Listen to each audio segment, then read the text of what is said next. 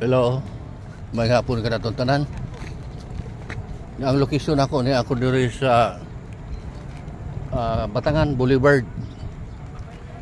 Okay ni ang Batangan Boulevard nga ang Pulangi River mo kini gihimuan nila ang gihimuan ni kini og parameter fence o protection dike.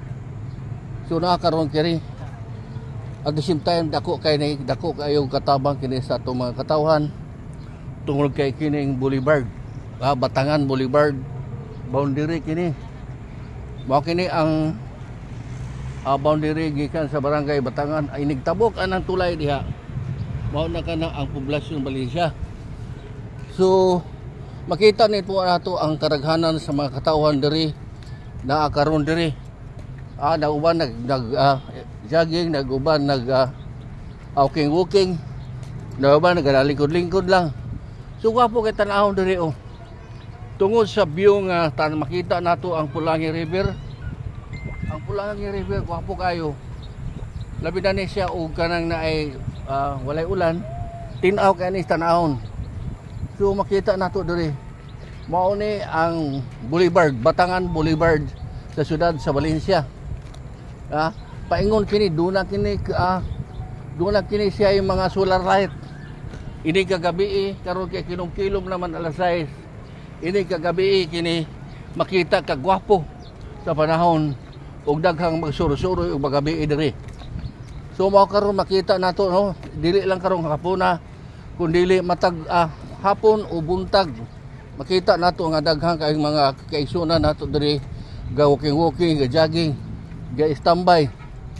So gwapo kay tanawon labi na karong mga panahon na nga kakilom-kilom na makita ang kalangitan ug ang Pulangi River match sa iyang sitwasyon ana ang kalinaw. So makita karon no. So mao karon amo ni ang boulevard. Lapad kay ni siya no. Supposed to be ang purpose ini protection dike. Protection dike in kaso kung madako ang tubig dili makasulod ang tubig diri. Mao sad na ang gitamnan ako nakatanong magani ko diha. Naay mga dagkong kahoy dagko na siya.